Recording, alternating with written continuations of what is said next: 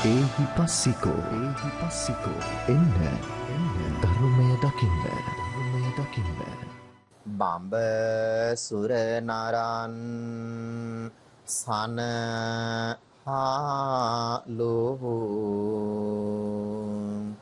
දයාවෙනි ආලෝකයක් ගන අඳුරට උදාඋනි දෙවියන් පවා ආයුගලත් ඕආමිනි පායුග වඳින් නිමි සම්බුදු රජානිනි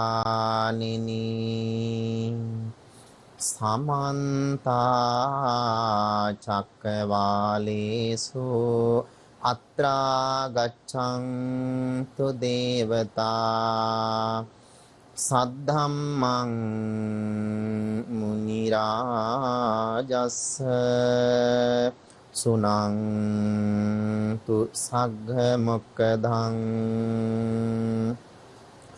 ධම්ම ශ්‍රවණ කාලෝ අයං බදන්තා ධම්ම ශ්‍රවණ කාලෝ අයං බදන්තා ධම්ම ශ්‍රවණ කාලෝ අයං බදන්තා නමෝ තස්ස භගවතෝ අරහතෝ සම්මා සම්බුද්දස්ස මාතා පිතා දිසා පුබ්බා ආචාරියා දක්ඛිනා දිසා පුත්ත ධාරා දිසා පච්චා මිත්තා මච්ඡාච උත්තරාති වාසනාවන්ත සත්පුරුෂ පින්වතුනි හැම දිනාටම පින්බර උදෑසනක්ම වේවා කියලා ප්‍රාර්ථනා කරනවා. ඉතින් අද දවසේදීත් ඔබ අප මෙලෙසින් ස්වර්ණ වාහිනිය මගින් ගෙන එන එහිපස්සිකෝ සඳහම් වැඩසටහන තුලින් සඳහම් කරුණු ටිකක් සාකච්ඡා කරන තමයි මුණ ගැසෙන්නේ. කාන්තිමත් තිලෝගුරු සම්මා සම්බුදු පියාණන් වහන්සේගේ ශ්‍රවණය කරන මේ ධර්මයේ තුලින් ඔබ හැම දිනාටම නිවන් මඟ දොරටු කරගන්න වාසනාව උදා වේවා කියා ප්‍රාර්ථනා කරනවා. අදත් සුපුරුදු හිමිදිරි උදෑසන දහම් ශ්‍රවණය කිරීමෙන් ඔබේ සිත දහමින් ප්‍රබෝධමත් කරගන්නත් දහමින් ජීවිත අවබෝධයක් ඇති කරගන්නත් පුළුවන්කම ලැබෙනවා. ඉතින් බලන්න පින්තුනේ තිලෝගුරු සම්මා සම්බුදුරජාණන් වහන්සේගේ ධර්මය අපේ ජීවිතයට ප්‍රායෝගිකව ගලපා ගත්තාම ලොකු කුඩා බාල මහලු කාටත් හරීම ප්‍රයෝජනයි. අපේ ජීවිත සැහැල්ලුවෙන් සතුටින් ගත කරන්න පුළුවන් මඟ උදා වෙනවා. අද වත්මන් සමාජය දිහා බලනකොට පින්නතුනේ මේ මුළු මහත් සමාජයම දෙදරා යන්න මේ පෞල් ජීවිත වල අසමගිකම බලපාලා තියෙනවා. පෞල් ජීවිත වල අසමගිකම නිසා මේ පෞල අසමගි වීම නිසා පින්තුනි අම්මා තාත්තා වශයෙන් ඒ වගේම දරුවන් වශයෙන් ජීවත් වන මේ පවුලේ අඬ දබර වැඩි වීම නිසා අසමගිකම් වැඩි වෙලා ભેද බින තත්වයට පත්වීම නිසා මුළු මහත් සමාජෙම දෙදරා යාමට ඒක හේතුවක් වෙලා තියෙනවා. ඉතින් පින්තුනි බලන්න සම්මා සම්බුදුරජාණන් වහන්සේ සිඟාලෝවාද සූත්‍ර දේශනාව තුළ දේශනා කළා මේ මිනිස් සබදතා කොහොමද හොඳින් පවත්වා ගන්න කියන කාරණය. ලෞතර සම්මා සම්බුදුරජාණන් වහන්සේ සදිසා නමස්කාරය තුල පෙන්වා දුන්නා. දෙමව්පියන් වශයෙන් දරුවන්ට කොහොමද සලකන්න ඕනෑ කරන්නේ? දරුවන් වශයෙන් දෙමව්පියන්ට කොහොමද? ඒ වගේම පින්නතුනි ස්වාමි භාර්යාව වශයෙන් සැමියා භාර්යාවට සලකන්නේ කොහොමද? භාර්යාව සැමියාට සලකන්නේ කොහොමද? මිතුරන්ට සලකන්නේ කොහොමද? ඒ වගේම සේව්‍යා සේවකයන්ට සලකන්නේ කොහොමද කියන කාරණාවන් පිළිබඳව විවිධ අංශ ගණනාවක් යටතෙහි දේශනා කළා. ඉතින් මේකේ සුවිශේෂී කාරණේ වෙන්නේ බටහිර දිශාව මුල් කරගෙන සම්මා සම්බුදුරජාණන් වහන්සේ දේශනා කළා පින්නතුනි අඹු සැමි වශයෙන් කොහොමද මේ සම්බන්ධකම් පවත්වා ගන්න කියන කාරණේ පිළිබඳව වත්මන් සමාජයේ දිහා බලනකොට පින්නතුනි ගොඩාක් වෙලාවට ගෘහ ජීවිත ගත කරන්න සම්බන්ධ වෙන අය ඒ ජීවිත හරිම කෙටි කාලයක් ගත කරලා දික්කසාදේ දක්වා ගමන් කරනවා. අවසන් තීරණය වෙන්නේ ඒ අය හරිම කෙටි කාලයකින්. ඉතින් විවාහ ජීවිත වෙන්නේ දෙදෙනාගේ අන්‍යෝන්‍ය විශ්වාසය ඒ වගේම හඳුනා ගැනීම මත නෙවෙයි වෙන්නේ. එතකොට මේ කියන අන්‍යෝන්‍ය හඳුනා ගැනීමක් අන්‍යෝන්‍ය විශ්වාසයක් කවදාවත් ගොඩනගා ගැනීම මත නොවන නිසා පිනතුනි ඒ හේතුවක් වෙනවා මේ පෞල් ජීවිත දෙදරා යාම සඳහා. ඉතින් බලන්න පිනතුනි ගොඩාක් වෙලාවට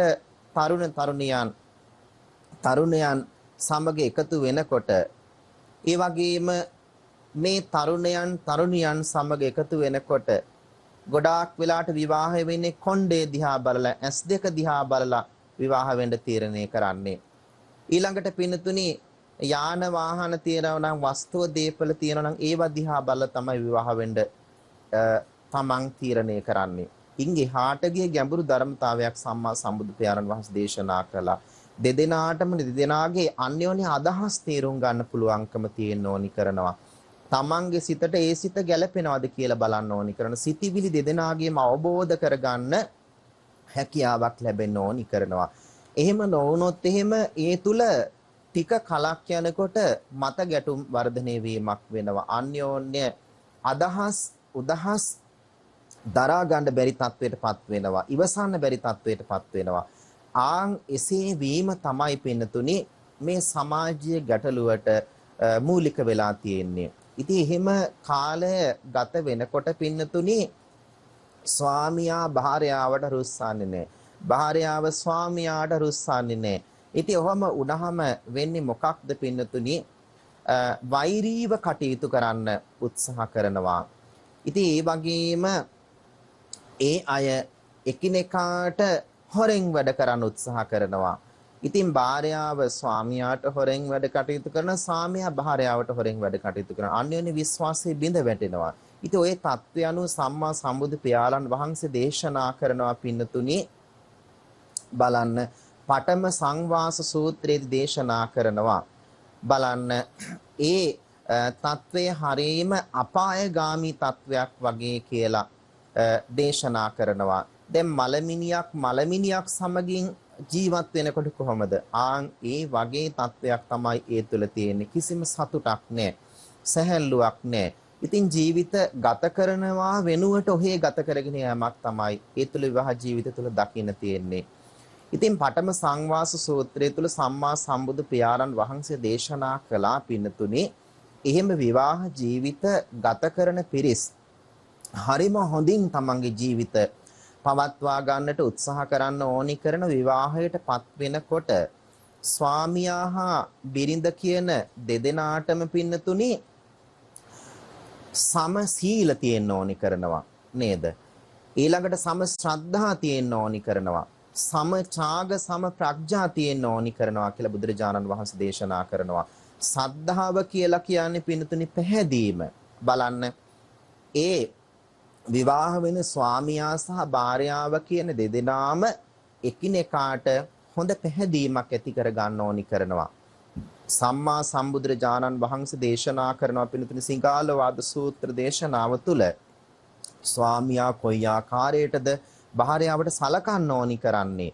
ඒ වගේම භාර්යාව කොයි ආකාරයටද ස්වාමි පුරුෂයාට සලකන්න ඕනි කරන්නේ කියලා යුතුයකම් සම්භාරයක් දේශනා කරනවා. එතකොට යුතුයකම් සහ වගකීම් කියලා කොටසක් තියෙනවනේ. ගොඩාක් අය උත්සාහ කරන්නේ ඒ යුතුයකම් සම්පූර්ණ කරන්න නෙවෙයි වගකීම් දිනා ගන්න තමයි ගොඩාක් වෙලාට උත්සාහ කරන්නේ. පිනතුනි අපි යුතුයකම් සම්පූර්ණ කරන තැන අපට ඒ කියන වගකීම් අයිතිවාසිකම් නිරායාසයෙන්ම ලැබෙනවා. ඒ නිසා අපෙන් සිද්ධ කරන්න ඕනේ යුතුයකම මොකක්ද කියන එක ඔබ හොඳට අවධාරණය කර ගන්නට ඕනි කරනවා. ඉතින් ස්වාමියා වශයෙන් හොඳට තමන්ගේ ස්වාමි භාර්යාව දෙස තමන්ගේ නැගණියක් සොහොයුරියක් අම්මා කෙනෙක් දිහා බලනවා වගේ තමයි බලන්න ඕනි කරන්නේ දකින්න ඕනි කරන්නේ.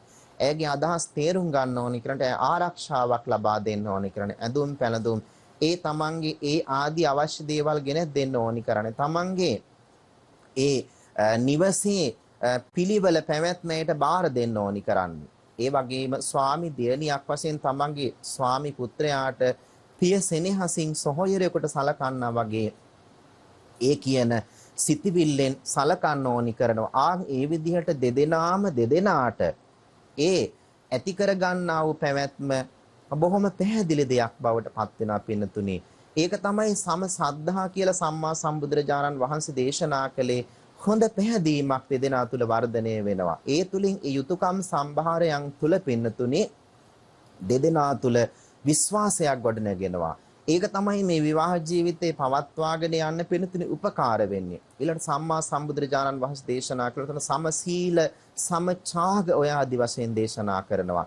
දෙදෙනා තුල හොඳ ශික්ෂණයක් ඇති කර ගන්න ඕනි කරනවා. ත්‍යාගවන්ත භාවයක් ඇති කර ගන්න ඕනේ කරනවා. දැන් බලන්න පින්නතුනි හොඳ පරිත්‍යාගශීලී භාවයක් සාම්පුරුෂය ඇති කර ගන්න ඕනි කරනවා. ඒ වගේම පරිත්‍යාගශීලීත්වයක් පින්නතුනි භාර්යාවත් ඇති කර ගන්න ඕනි කරනවා. එතකොට ස්වාමි පුරුෂයා විතරක්ේ පරිත්‍යාගය ඇති කර ගත්තාම භාර්යාව තුලින් ඒක සිද්ධ නොවෙනකොට එතන අඩුවක් පවතිනවා පින්නතුනි. ඉදිරියට ගමන් කරන්න එතන ශක්තිවන්ත භාවයේ බිඳ වැටෙනවා. දැන් බලන්න සම්මා සම්බුදුරජාණන් වහන්සේ දේශනා කරන්නේ භාර්යාව ස්වාමියා කියන දෙන්නා ගත්තාම රූපය අතින් ගත්තට පස්සේ දෙදෙනෙක් බවට පත් වෙන්නේ. ඒතර විඥාන ධාරා අරගෙන බලනකොට දෙදෙනාගේම විඥාන ධාරා දෙකක් එක විඥාන ධාරාවක් බවට පත් වෙන එක තමයි පින්නතුනි මේ විවාහයේදී සිද්ධ වෙන්න ඕනි කරන්නේ. ඒ විදිහට විඥාන ධාරා එකක් බවට පත් වෙන තැන මිත්‍රත්වයක් සංවර්ධනය වෙනවා පින්නතුනි. ඒ කියන විදිහට සොහොයුරු සම්බන්ධතාවයක් ඒ තුල සංවර්ධනය වෙනවා.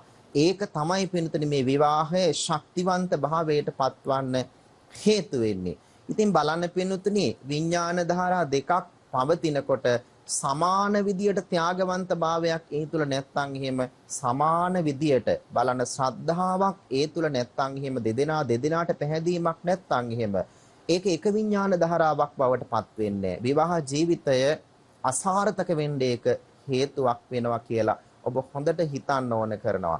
දැන් බලන්න පින්නතුනි අපි දන්නවා තමන්ගේ ඒ නිවසේ වහලේ තියෙනවනේ. අන්න ඒ තමන්ගේ නිවසේ තියෙන වහලේ ඉහළ පරාලයේ තියෙනවා. අන්නේ පරාලයේ කොටස් දෙකක් වෙන් වෙලා තියෙනවා නේද? දැන් එක පරාලයක් බවට ඒ පරාල දෙකක් අරගෙන සම්බන්ධ කරනකොට එකක් විදිහට ඒ දෙකින්ම සමාන කොටස් දෙකක් කැපිලා ඉවත් වෙන්න ඕනි කරනවා.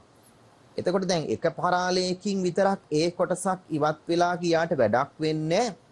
ඒක තනි පරාලයක් ශක්තිවන්ත එකක් බවට පත් කරගන්න බැරි වෙලා යනවා. ඉතින් ඒ නිසා පින්නතුනි ස්වාමි පුරුෂයාගෙන් විතරක් ඒ පරිත්‍යාගය ත්‍යාගවන්ත භාවය තිබ්බට වැඩක් වෙන්නේ. ස්වාමි දියණියගෙනුත් ඒක තියෙන්න ඕනි කරනවා. ඒ වගේම පින්නතුනි ස්වාමි දියණියගේ පැත්තෙන් විතරක් ඒ පරිත්‍යාගය තිබ්බට වැඩක් වෙන්නේ. ස්වාමි පුරුෂයාගේ පැත්තෙනුත් ඒක වෙන්න ඕනි කරනවා.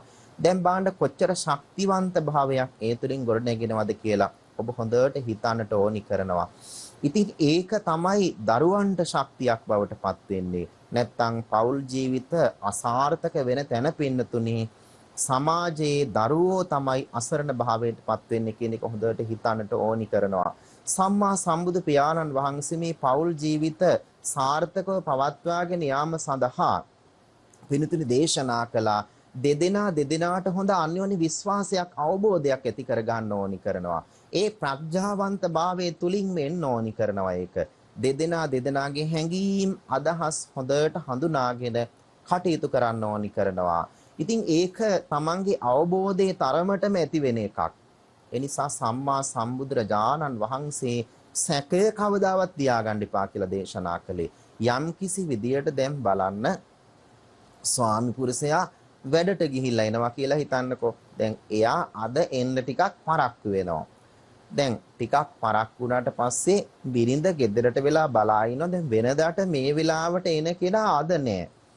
දැන් එයා අද පරක්කුනේ මොකක් හින්දාද කියලා කල්පනා කර කර ඉන්නකොට දැන් ඔෆිස් එකට ගිහිල්ලා ස්වාමි පුරුෂයා වැඩට ගිහිල්ලා එනකොට එකපාරම මොකද මේ පරක්කුනේ කියලා ඇඟට කඩාගෙන පෙන්නොත් එහෙම මොකද වෙන්නේ?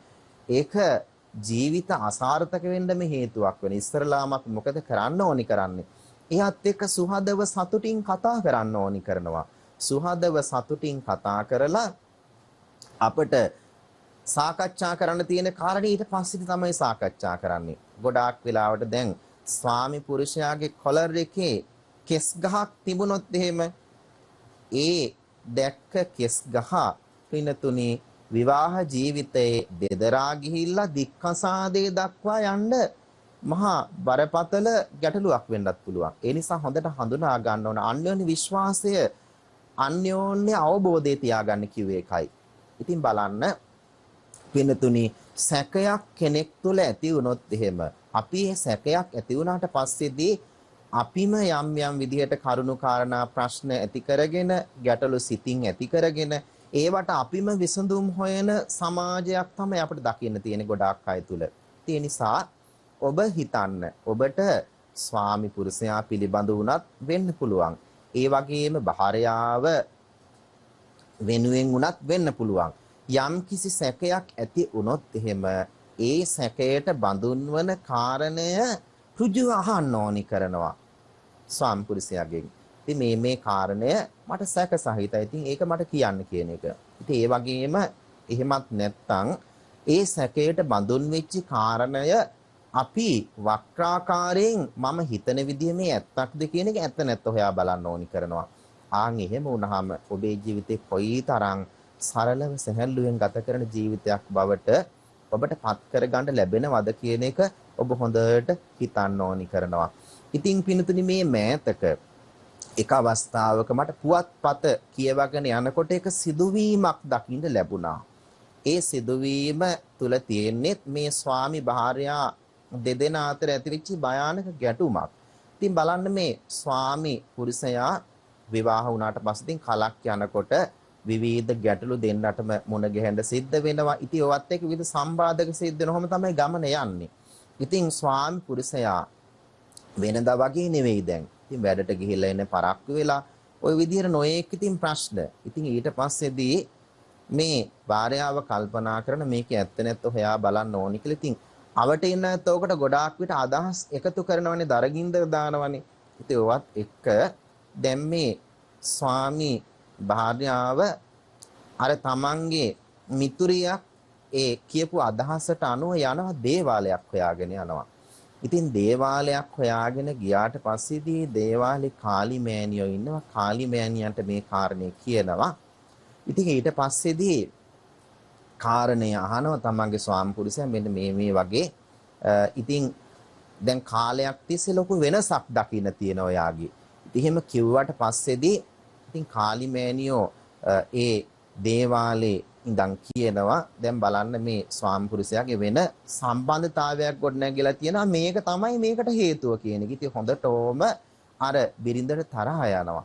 තරහ ගිහිල්ලා ඉවර වෙලා ගෙදර ස්වාමි පුරුෂයා ආවට පස්සේදී ඔය කාරණේ විමසනවා. ඉතින් ඒ ස්වාමි පුරුෂයා ත්‍රිවිල් රියදුරෙක්. ඉතින් බලන්න දවස් 30ෙම මහන්සි වෙලා මේ මිනිස්සයා ගෙදරට ආවට පස්සේදී එකපාරම දැන් වෙනස හොයාගත්තා මං කියලා අර භාර්යාව කෑ ගහන්න ගත්තා. ඊට පස්සේදී මොකද්ද මේ කියන්නේ කියලා දැන් ස්වාමි පුරුෂයා අහනවා. ඊට පස්සේදී බලන්න පින්තුනි කිව්වා මම මෙහෙම දේවාලයකට ගියා වෙන සම්බන්ධයක් ඔබේ තියෙනවා කියලා මම හොයාගත්තා.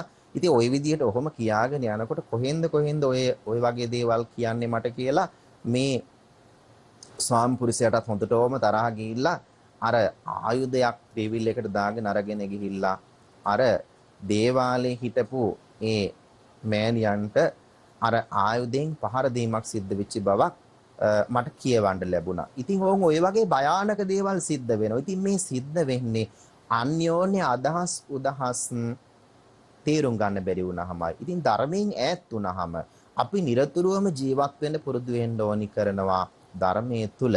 ඉතින් ධර්මයෙන් ඉඳන් කල්පනා කරන කෙනාට කවදාකවත් වරදින්නේ ධර්ම මාර්ගයේ සම්මා සම්බුදු පියාණන් වහන්සේ දේශනා කළේ යහපත් කුජලයක් බවට පත් වෙන මඟක් තමයි දේශනා කළේ.